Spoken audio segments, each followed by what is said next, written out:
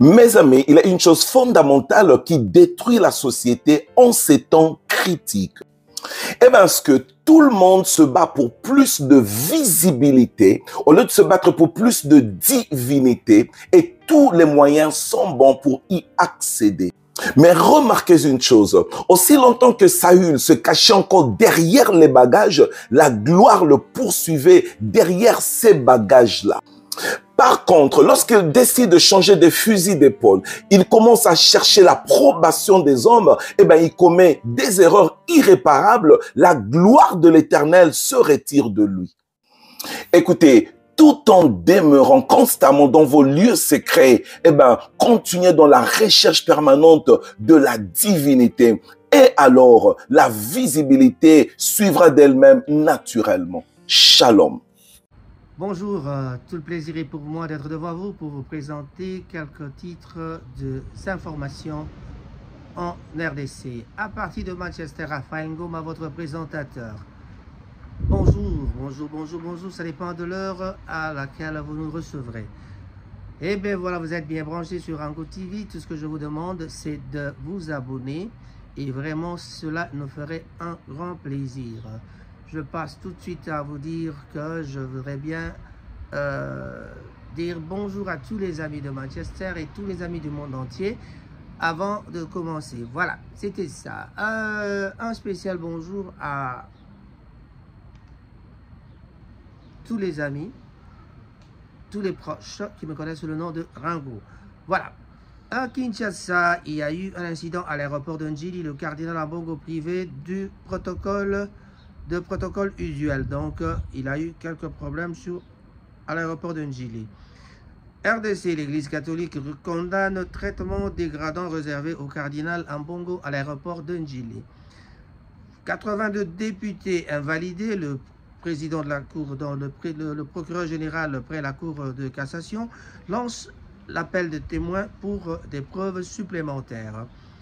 Déploiement à travers le pays, dont Kinshasa, 1600 ex-Kuluna devenus bâtisseurs pour réhabiliter l'hôpital général de Kintambo. Yesterday, donc hier, sur Politico City, formation du gouvernement, Judith Tuluka amorce les consultations avec les regroupements de formation politique. 2 jours passés à Kinshasa, plus de 100 Kuluna donc qui seront bientôt transférés à Kinshasa vers Kanyama KCC. Alors, on raconte qu'à Goma, ils sont en train de faire des patrouilles sur Goma, mais je crois que la seule façon de terminer les Kuluna, il faut commencer par Kinshasa aussi, parce que Kinshasa aussi est en insécurité. Même presque partout dans la République démocratique du Congo, il y a de l'insécurité. Alors, je crois que les autorités penseraient bien à faire de Kinshasa aussi comme de Goma, considéré comme si tout le pays était en guerre. On le sent bien. Voilà, on commence par cette mauvaise nouvelle de l'incident de l'aéroport de Njili. Le cardinal Ambongo qui a été privé du protocole usuel. L'archidiocèse de Kinshasa a exprimé son indignation suite à un incident survenu à l'aéroport international de Njili ce dimanche, impliquant donc Fridolin Ambongo, archevêque métropolitain de Kinshasa. L'incident décrit dans un communiqué de la chancellerie de l'archidiocèse rapporte que les services aéroportuaires ont refusé au cardinal les égards normalement dus à un membre du C9, le conseil de cardinaux conseillant le pape François. Voilà. Donc cela a été vraiment condamné par l'Église catholique. Sur ce, l'Église catholique n'étant pas contente, donc la chancellerie de l'archidiocèse de Kinshasa condamne avec la dernière énergie le traitement dégradant que les services officiels aéroportuaires ont réservé à Fridolin Ambongo, qui serait à Rome ce dimanche 14 avril à midi. Voilà. Et à l'Assemblée nationale, de l'autre côté de la justice, c'est le 82 députés invalidés par le procureur général près la Cour de cassation. Voilà. Et il lance un appel pour des preuves supplémentaires.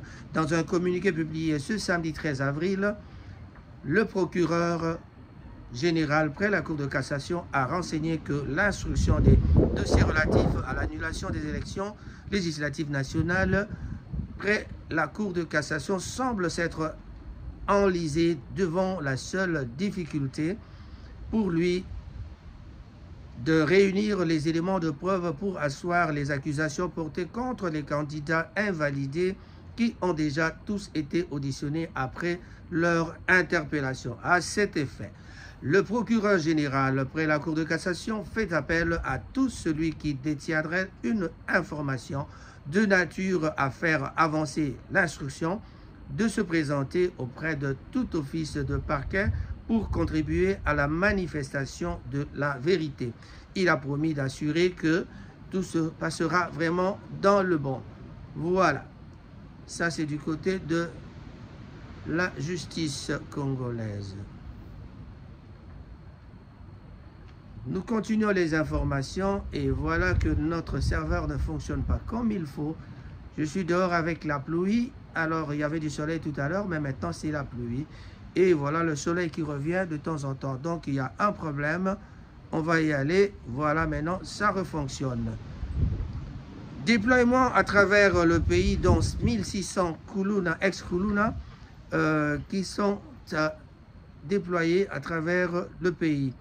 1600 lauréats bâtisseurs du service national que dirige le général-major Jean-Pierre Kassongo Kabwik ont reçu leur brevet après une formation de 2 ans.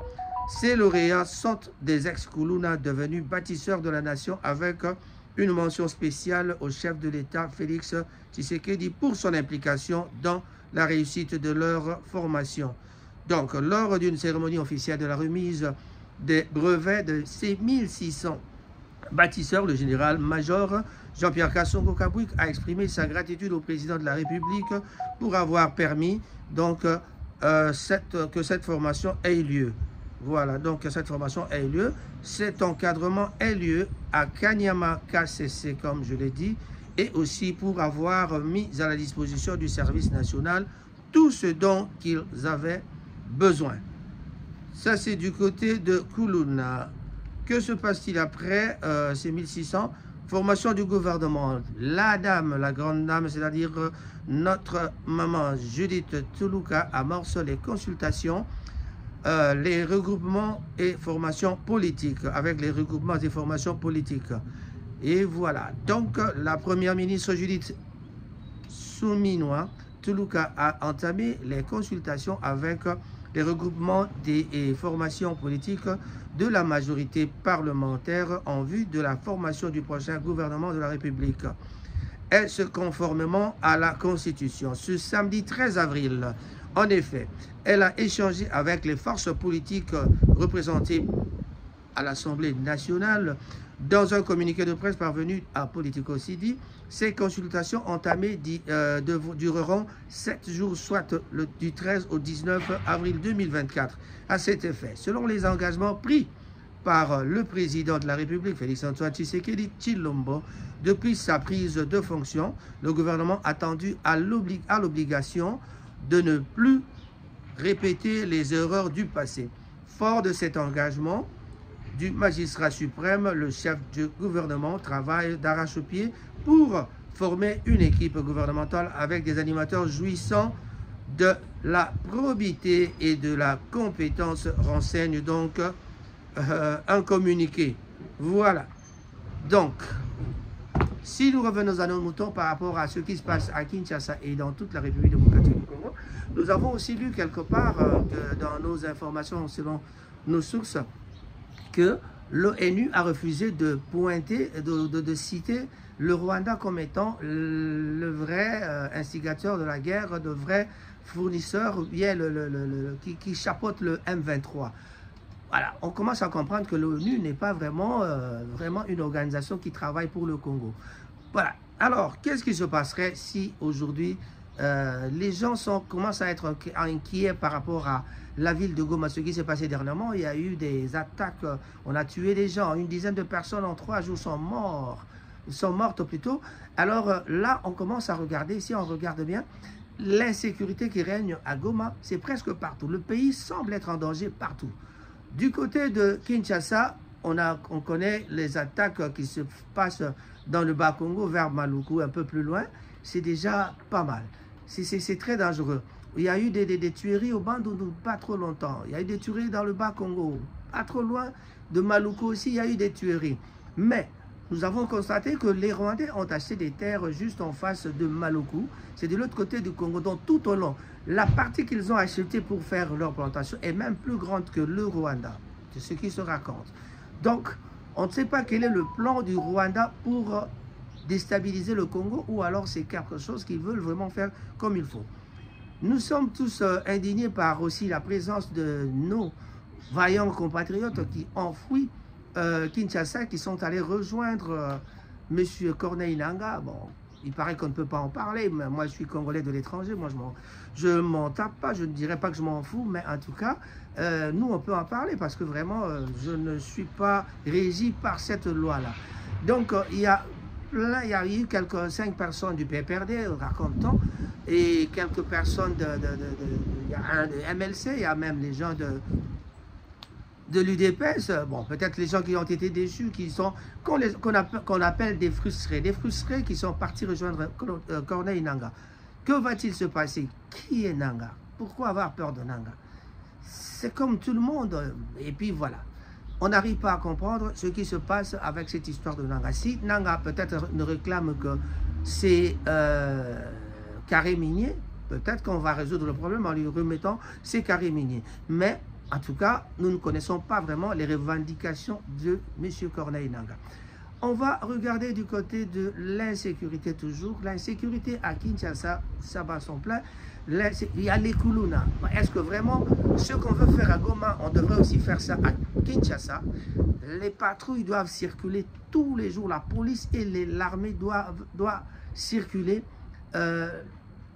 tous les jours, la nuit et le jour, parce que les Kuluna sont devenus un danger. À Kinshasa, les gens ne peuvent pas dépasser 21 heures quelque part, ou alors on vous attaque, et puis voilà, il y a des attaques, il y a des vols à main armée, il y a des vols, des gens qui circulent avec des machettes, qui tuent, qui coupent les gens de la tête. On a vu des films, c'est vraiment horrible à supporter parfois, mais on se pose la question de savoir, est-ce que vraiment les autorités, est-ce que l'État existe? Oui, l'État existe, ça c'est sûr, mais qu'en est-il exactement de cette insécurité?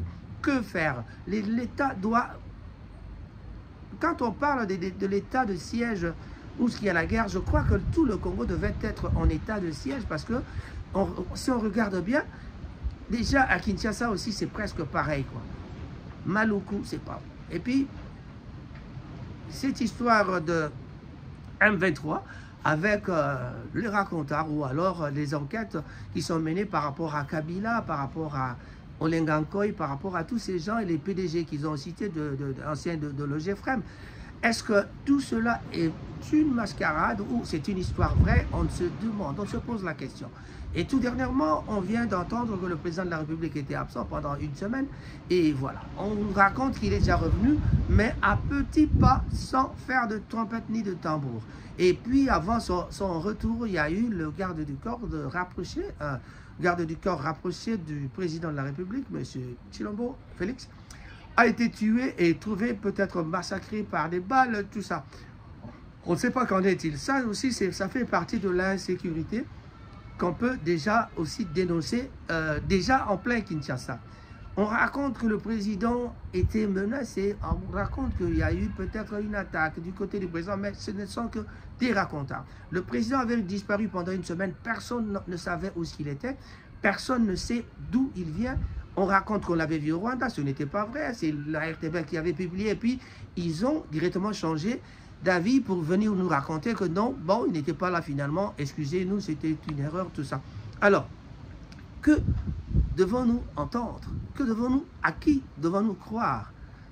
Je crois qu'un jour, le président de la République lui-même finira par parler pour dire ceci, cela. Mais je crois que comme quelqu'un de l'UDPS qui est passé, de la Force du Progrès, qui est passé à la télévision pour dire que le président n'est pas obligé de dire où ce qu'il était. Le président n'est pas obligé de dévoiler où ce qu'il était, donc il n'y a aucune loi qui l'oblige à le faire. Donc, il a disparu, il est revenu, et puis voilà. Mais les Quinois ou les Congolais ont dit que on ne cherchait pas le président de la République, comme on cherchait l'institution.